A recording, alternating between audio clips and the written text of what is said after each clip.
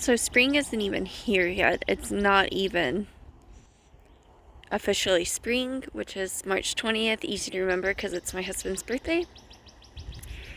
And yet there are so many changes. And one of the biggest changes right now is managing our animals and how we are feeding them, because I've seen a lot of people have a lot of problem with feed. And in general, my biggest issue with feed isn't just the feed himself, although that's a whole nother thing. What it really is the sheer cost of feeding them and trying to manage everything else. And so that's why we ended up cutting back our flock substantially. I sold over 16 adult birds, gave away 6 drakes with the people that bought some of the hens, and well, to the people that bought some of the hens, should I say. And on top of that, I also cut down to 3 goslings instead of 4 because it wasn't manageable in the area that they had. I did a little short video about how I went and got this deer netting. Guys, it's so hard to see because it's so thin. We doubled it up, it comes doubled up, and you have to separate it. It gets as high as 7 feet. We didn't do that. We left it like this. I have to say, I have no idea how this would possibly keep a deer out unless you're stapling it on somehow. It's so thin and flimsy. The geese even try to grab a hold of it and pull it apart. Now it is polypropylene, and the reason for that is because in the Texas heat, everything degrades so much. So you can see it's kind of just this thin mesh. But you know what, for 150 feet or 100 feet, somewhere between, I can't remember exactly. Anyways, it was $25 after tax, and we just did curbside so we could pick it up from Lowe's.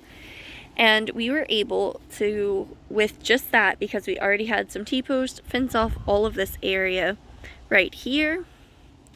And our birds have been able to forage here, and the geese are solely eating grass. They've barely touched any of the grain feed that we've been buying, and we still have the feeder full so they could free feed, but they don't. They spend 90% of their day out here. At night they go back through the fence and go back into their coop. But the other side of the coop that was really muddy is now dried up, and we have closed off the access point to them so they cannot go to that side. And we're gonna plant some corn and watermelons over there. It's very heavily fertilized from the nutrients coming from the mud and water, and from our ducks and geese fertilizing all of that all winter. So I'm excited to see how that is, and hopefully we won't have to add any kind of nitrogen source. But if we do, I imagine that we'll just add some broken down compost from the bedding from their coop. We do not use hay because even when people say it's not treated, a lot of the times we found that it is sprayed, and those glycophosphates, guys, once they're there in their soil, good luck. It's rough to get them out.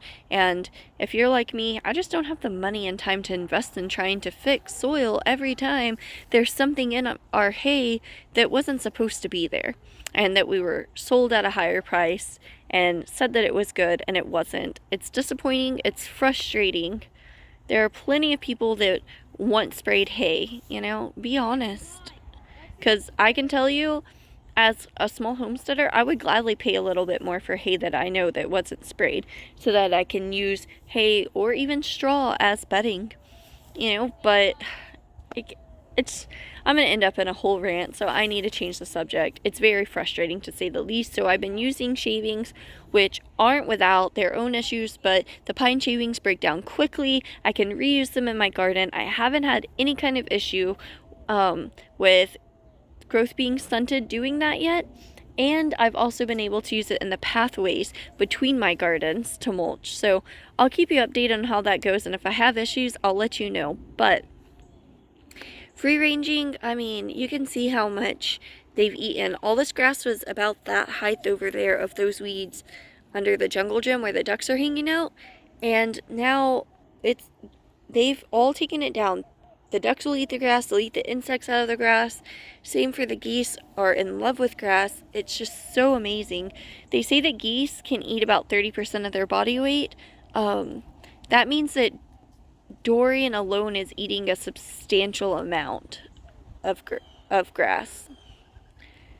So I think that's pretty awesome that Dorian eats about 3 to 5 pounds of grass a day, not including what all his goslings and Nemo are eating. So now that we have a better area for grazing, and we have a plan where we can continuously just take out these little T-posts and move it around, kind of like poultry netting. We will continue to let them graze everywhere, but we actually may be able to keep more geese than we thought we could. And you see how quiet they are now. When the babies were little, the parents were so protective, but now the babies are becoming more independent, and Nemo and Dorian are just really have chilled out a lot. But also, I noticed that Nemo, even though she lays by the babies, they're running off from her more. And I also noticed, which you can't see because she's laying down behind Dorian here, who's cleaning himself, her underside actually looks a bit swollen, and it seems that she swells out underneath right before she lays eggs, because that happened when we first got her. And I'm wondering if maybe because these babies are already pushing 2 months old, they hatched early January, so maybe because of that, she's starting to get ready to lay another clutch of eggs. The first clutch of eggs that she laid, she was 9 months old, which was mind-blowing to me, and she laid them in December, early to mid-December, and we got her in December. She was my Christmas present. Her and Dorian we were under the impression they wouldn't lay eggs till they were 2 or 3 years old. They were about 9 months. They laid eggs before they even reached a year, which is about this time. They'll be about a year. They had already hatched out 7 goslings. She laid 9 eggs, 7 goslings. We sold 4 and kept 3. And at least one, this one with gray over here, is a female gosling. Now, these babies are only around 2 months old, and I don't know their exact age because honestly, I keep track through my video diaries. But they're already almost fully feathered. They're not completely feathered. You can see where the gray is on this baby. She has a lot of fuzziness still, but they're pretty close to it. Over the next couple of weeks, they'll be filling in on the backside and on the back of their heads, but I think that because they're winter babies, they actually feather out slower than spring-born goslings, and same for my ducks. My ducks that are over 8 weeks old have less feathers on them than they usually are fully feathered. They have less feathers on them than my spring hatch chicks, which by 8 weeks are fully feathered. These guys still have fuzzy spots. So I really do think that season plays a lot in how animals grow, because they're so busy focusing on keeping warm and eating to keep warm. I think it kind of takes away from the energy they have to grow. If you hear what sounds like a drag car or racing down my road, one of our neighbors, my husband's buddy, he actually has a bunch of toys. He has a car that he's test driving, and he has some dragsters and stuff, and he just kind of likes to do his thing. So if you hear that, just know that's what it is. I just want to warn you because you may hear some noise in the video. I can pause sometimes, but I mean, you know, we're in the city. What can you expect? So I'm really excited to see how many of these babies end up being females and how many end up being males, because I know for sure one with the most gray is a female, because Ebden geese, the females tend to have some gray on them until they reach at least over a year of age, where the males are usually solid white. But while the other 2 geese, one has some grayish on it, are mostly white, I noticed that they're all still about their mother's height, and male geese are substantially taller than female geese, especially when we're talking about the Ebden breed, because they're bred for meat.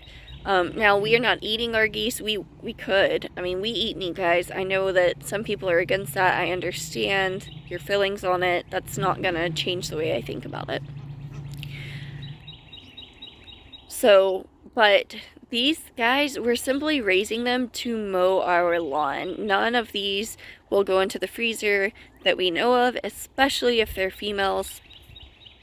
Geese do not lay a lot of eggs because that's just not what they were bred for, and they're large animals, so they lay fewer, larger eggs. Now, my husband's begging me to try one of these eggs, so I might crack one of the first eggs, because usually the first 2 eggs are the ones that don't end up hatching while they're waiting for the other eggs to gather in the clutch, and they're not always fertilized really early in the season. So I might do that and show kind of a comparison video to duck and store-bought chicken eggs. Now our duck eggs aren't store-bought, but we don't currently have chickens.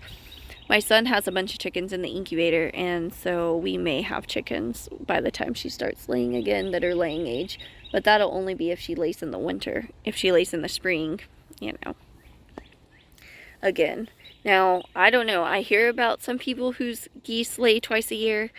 At the very least, they'll lay once a year, which is incredible because if these babies lay as early as their mother did, that means by winter I'll have multiple hens laying, and that will be absolutely incredible. It's a really good thing that we expanded the coop because it gives the geese more room to lay and brood out their eggs, because these were all raised by Nemo. I'm not incubating goose eggs. I don't even know where I would begin because I've never incubated a goose egg.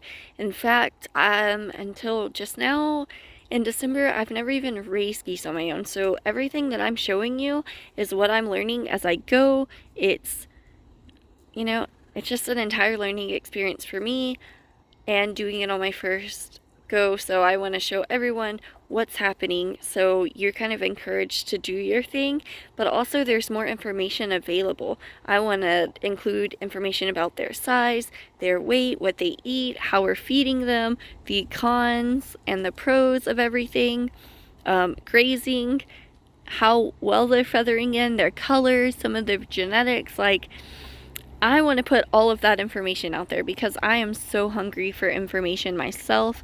I really feel like the best thing that we can do for ourselves is gather knowledge and empower ourselves and encourage each other to grow food and manage our lawns in this way. I'm really excited to try to use my animals and reduce feed cost and also not have to mow the lawn, because I don't know about you guys, but when it gets hot outside, the last thing we want to do is mow our lawn. So it's yucky, especially if you have an autoimmune disease that affects your skin. When it gets extremely hot outside, it gets awful. You get rashes, you break out, you burn easily, you get overall just a lot of fatigue. It's not worth it. So these geese are really, honestly, it feels more like they're saving more than just effort. They're kind of saving our lives. That means less time sick, less time on steroids, you know, less time on the couch because we don't feel good. And I think that that's really important. So I'm excited to keep on keeping on. And you can see the entire time I've been making this video, Dorian has been kind of preening his feathers. They're all very clean animals. They're very big on keeping themselves clean. And they do like mud puddles. Like, if they see a muddy puddle, they're going to get into it. You'll see times where they have mud on them. But then they're going to get in that pool and they're going to clean themselves. And they're just amazing animals. So I do want to show you something, though, before I let you go. And that is this pond. Because I thought that due to the fact that there was a lot of mud over there because they've eaten all of the greenery from the ground over the winter, that's why their pond was so dirty. But I think it's just them using the bathroom in it when they're breeding and playing and cleaning their feathers. You can see all the grass floating around, but this pond is cleaned at least twice a day. And you can see how dirty it is already. So this pond needs to be refilled, but you can see it's not just because it's muddy. They do this in all areas, and I think the cool thing about grazing them like this is I can dump out this water without it completely taking away from and killing all the grass and just making everything a muddy mess. Now all of this you're seeing, this messiness, this is all where that big black clubhouse was, and we ended up taking it down. Had a lot of rotten wood. We just made it from scrap wood over 3 years ago, and it's been hanging out. A family member helped us get a really cool clubhouse, and that's what we're going to be using. So we got that swing set put together and everything else. We did away with the clubhouse, and then all this area you're seeing where they're currently grazing, we want them to graze it as short as possible because this area is going to be rocked in.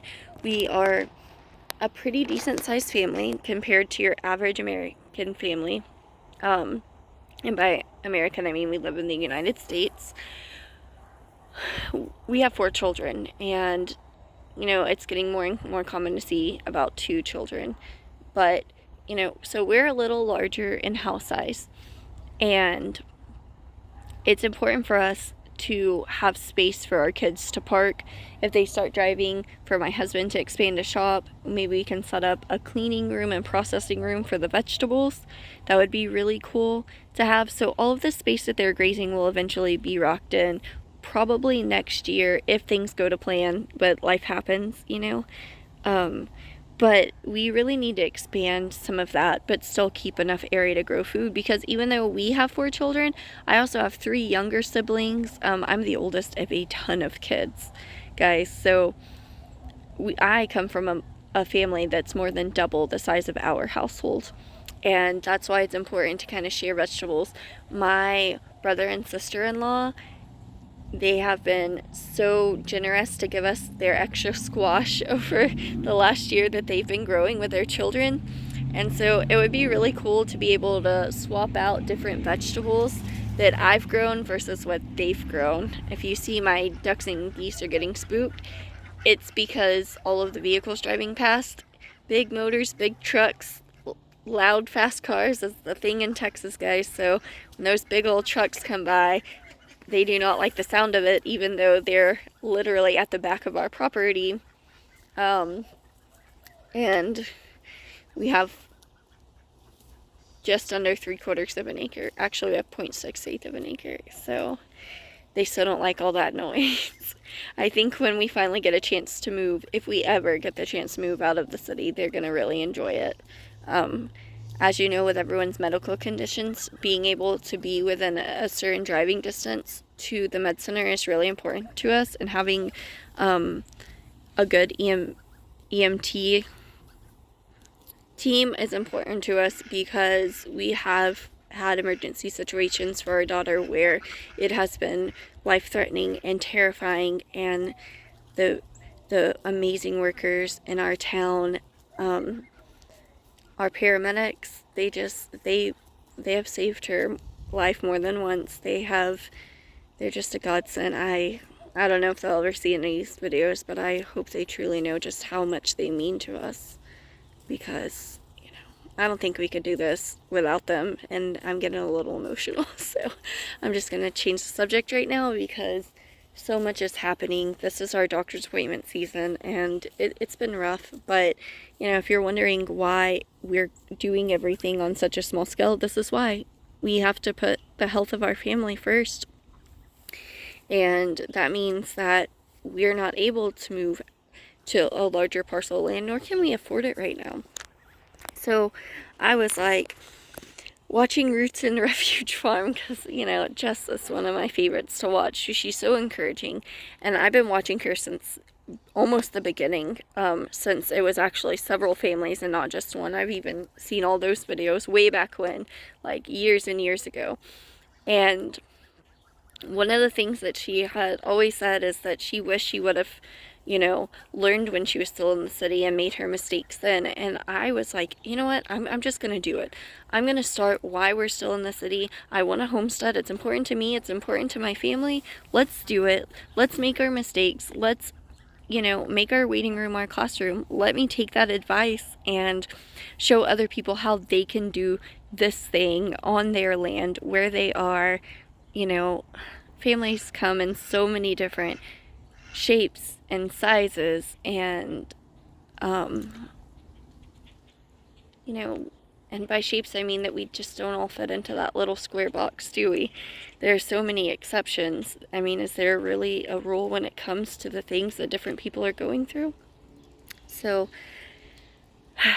today I just wanted to kind of update you on my beautiful birds. I need to get in here and update you on some of my Welsh Harlequins, which 90% of my flock is. We have one Pekin Drake who is a loner and doesn't come near our flock at all. This one hen, who's actually half Welsh Harlequin and half Mallard, she's gorgeous. Actually, she's 3/4 Welsh Harlequin and part Mallard, but you see those eye stripes?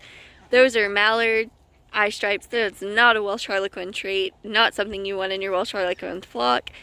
She's just a beauty, and she's my son's duck, so he raised her up and we're keeping her. She is a part of the family, and she will never be used for anything other than laying eggs. And when she stops laying eggs, she will retire with our family because she means a lot to us. She really does. So this will always be her home, and at very least, she'll be a bug catcher and a lawnmower. But I'll do more updates on them later. Guys, I really appreciate you joining me today to just kind of check out what's going on with our baby geese and our adult geese and how we're kind of saving some money by letting them free range. Plus, I think it's so much better for their health to let them eat like this. And just thank you guys for being there on this journey. I really hope that it encourages you, and if it inspires just one or two of you to go ahead and take that leap and homestead where you are, garden where you are, plant one strawberry, grow one head of lettuce. Just start, guys. We have so much going on. If we can do it, I promise you can do it. If there's something stopping you, if you have a disability, if you need to learn how to grow things in pots, you need things that are certain heights so you can reach them. If you're wheelchair bound, let me know. Let me know what I can do and show you different ways to grow. You know, that's just really important to us. We want everyone to have access to food, access to joy. You know, everyone should have the right to pursue joy. Everyone should have access to food. Nobody should have to go without. So I really want to encourage you, just grow where you are. And if there are any tips, any questions you have, please ask, because I guarantee you I'll have plenty of questions, and you'll see videos where I'm asking or saying, I wish I would have asked. I wish I could have had that support. I wish that I would have taken help when it was available to me. So I just encourage you to do so. Just grow where you are, guys. Start growing as a person, as a homesteader, as a family member, if it's just as a learner, as an educator, you know, just grow where you are.